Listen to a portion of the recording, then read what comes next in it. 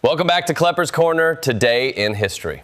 April 15th is one of those dates where history looks like it got bored with regular scheduling and decided to cram a fertility ritual, a Renaissance genius, a presidential assassination, a maritime catastrophe, baseball integration, and fast food imperialism into one overachieving little square on the calendar. It is a date where civilization keeps trying to convince itself that progress is orderly, while repeatedly tripping over bloodshed, ego, invention, and extremely avoidable disaster. So tonight, let us walk through the beautiful mess of April 15th, the day humanity kept making world-shaping decisions with all the grace of a committee assembling furniture without the instructions. Segment 1, Sacrifice, Schism, and the Strange Price of Order. April 15th begins in the ancient and medieval world, with societies trying to hold themselves together through ritual, force, and the occasional theological meltdown. In Rome, the festival of Forticidia involved sacrificing pregnant cows so the earth goddess would bless the crops, which is a remarkably intense way of saying, we are nervous about wheat. It was religion as agricultural customer service, except the complaint department was run by priests, and the refund policy involved unborn calves and sacred fire. Then, centuries later, the Lateran Council of 769 condemned iconoclasm, which sounds abstract until you realize Christians were effectively tearing each other apart over whether painted holy faces were inspiring devotion or triggering divine anger. The church, supposedly united by eternal truth, kept behaving like a homeowners association with swords. And in 1071, Bari fell to the Normans, ending Byzantine Italy and snapping one more thread tying east and west together. It was part siege, part obituary, and part warning that empires do not usually collapse all at once. They lose a city here, a battle there, and then one morning, everybody wakes up speaking a different political language. Segment 2, When Military Legends Expire. If April 15th teaches one lesson, it is that military dominance always comes with an expiration date, even if the people enjoying it refuse to read the label. In 1277, the Mamluk Sultan Baybars crushed Mongol forces at Elbistan, proving that the supposedly unstoppable terror of the age could, in fact, be stopped by an army that studied them closely and hit back harder. There is nothing more damaging to a reputation than being known as invincible right up until the exact moment you are not. Then, in 1450, the Battle of Formigny showed the English that their trusted longbow dominance was starting to go the way of fax machines and feudalism. The English had built a whole identity around defensive discipline and raining arrows on French nobility. But once artillery entered the chat, history changed the group settings. Their archers broke formation to attack the cannons, which briefly looked heroic and then immediately looked like one of those decisions a man describes beginning with, "Now hear me out." Formigny did not just help end the 100 Years' War. It announced that modern warfare was arriving, and it was bringing gunpowder, standing armies, and fewer opportunities for romantic speeches about chivalry before being flattened by physics. Segment 3. Genius, language, and the invention of modern America's voice. April 15th also has a habit of reinventing the way human beings understand themselves. Leonardo da Vinci was born on this date in 1452, which is unfair to the rest of us because one baby got painting, engineering, anatomy, design, and mysterious notebook energy, while most of humanity struggles to assemble a bookshelf without emotionally unraveling. And the twist is delicious. Because Leonardo was illegitimate, he could not simply inherit his father's respectable profession. So the social restriction that should have boxed him in instead shoved him sideways into genius. Then, in 1755, Samuel Johnson published his great dictionary, essentially walking into the chaos of English spelling and saying, "Absolutely not. We are putting the language in a coat and making it behave." He did this while poor, overworked, and furious at a fake patron who ignored him until success looked fashionable. It was one of history's great acts of intellectual spite. By 1817, the first American school for the deaf opened in Hartford, laying the foundation for deaf education and, crucially, the emergence of American Sign Language.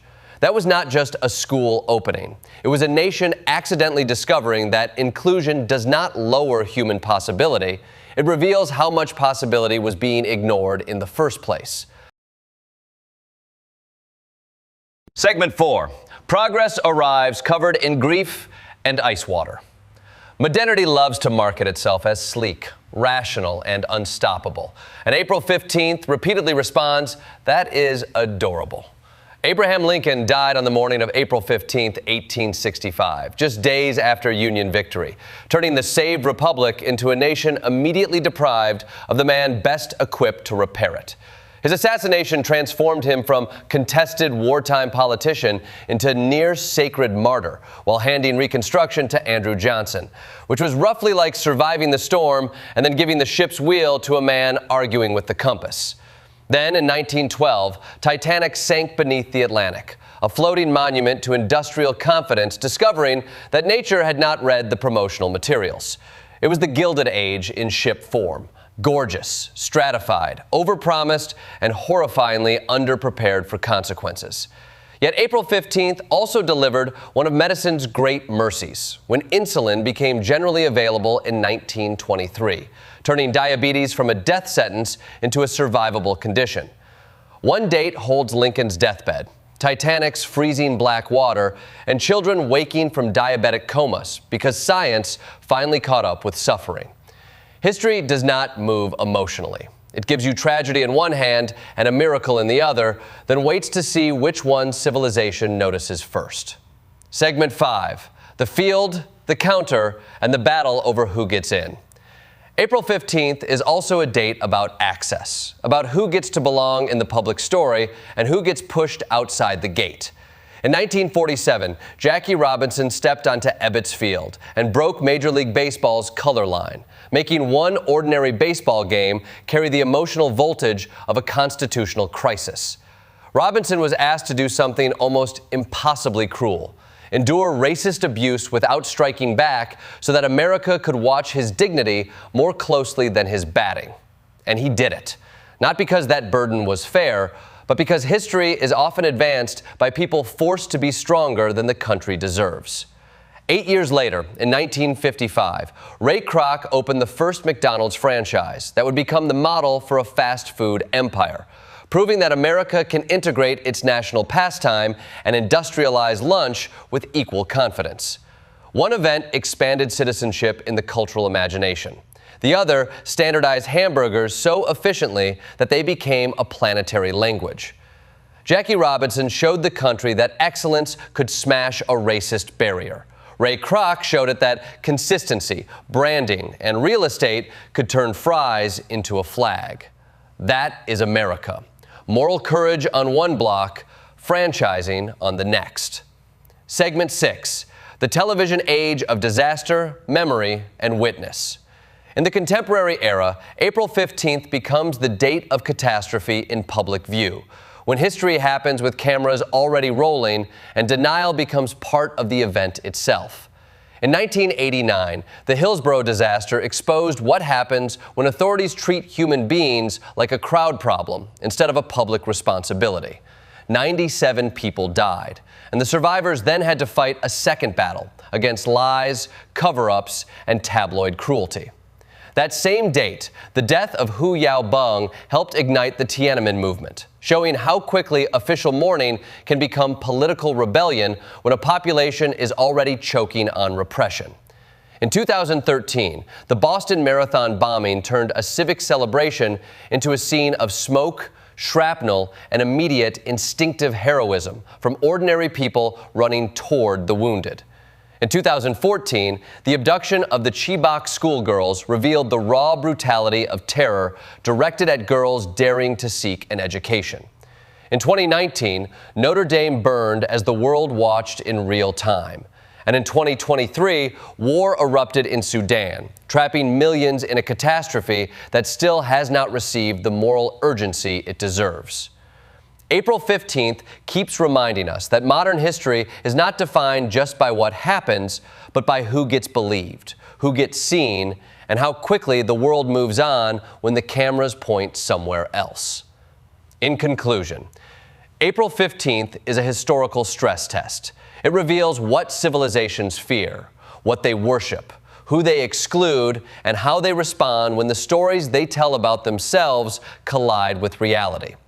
Rome tried to secure the harvest with sacrifice. Medieval powers split over images and empire. Armies learned that no tactic stays supreme forever. Leonardo and Johnson remade how people see and speak. Lincoln and Titanic punctured the illusion of secure progress. Jackie Robinson redrew the moral boundaries of American public life. And the disasters of the modern era showed that memory itself is a battlefield, with truth often arriving long after the sirens. That is the strange lesson of this date. History is not a neat march forward. It is a series of fragile systems meeting human ambition, human cruelty, human brilliance, and the occasional very bad decision.